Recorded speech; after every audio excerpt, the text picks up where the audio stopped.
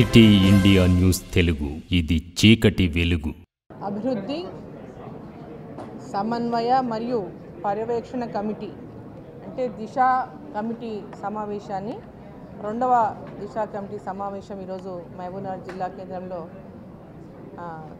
ఇవాళ సమావేశం జరుగుతున్న నేపథ్యంలో జిల్లా కలెక్టర్ గారు మరి అన్ని డిపార్ట్మెంట్స్ ఉన్నటువంటి అధికారులందరూ కూడా ఈ సమావేశంలో పాల్గొన్నారు.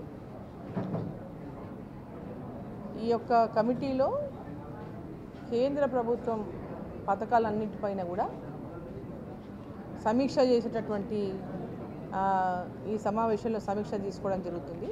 ఆ పథకాల ఇంప్లిమెంటేషన్ ఎలా జరుగుతూ ఉన్నాయి, ఏమున్నాయి, అంటారు అన్నీ సక్రమంగా క్షేత్రస్థాయి వరకు ప్రజలకు అందుతున్నాయా లేదా, దానికి ఏమైనా లోపాలు ఉన్నాయా అనేటటువంటి విషయంలో ఈ యొక్క రివ్యూ సమావేశం జరుగుతూ ఉంది.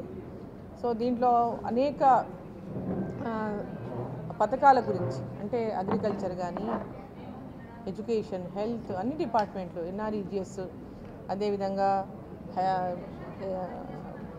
పవరు, అన్ని డిపార్ట్మెంట్లు, డిఆర్డిఏ, ఐకేపీ అంటే డిఆర్డిఏ అంటే ఐకేపీ, అదేవిధంగా ఫారెస్ట్ కానివ్వండి, అన్ని డిపార్ట్మెంట్ల ఎంఎస్ఎంఈ కానివ్వండి, పెద్ద ఎత్తున మరి వాళ్ళ ఎంఎస్ఎంఈ కానివ్వండి, బ్యాంకర్సు మరి ఏ విధంగా ఈ పథకాలపైన ప్రజలకు కేంద్ర ప్రభుత్వం ఏర్పడినటువంటి ఎంఎస్ఎంఈల లోన్ల ఇవ్వడం విషయంలోనే కానివ్వండి, అన్నిటిపైన కూడా ఈ యొక్క సమావేశాన్ని ఇక్కడ నిర్వహించడం జరుగుతూ ఉంది.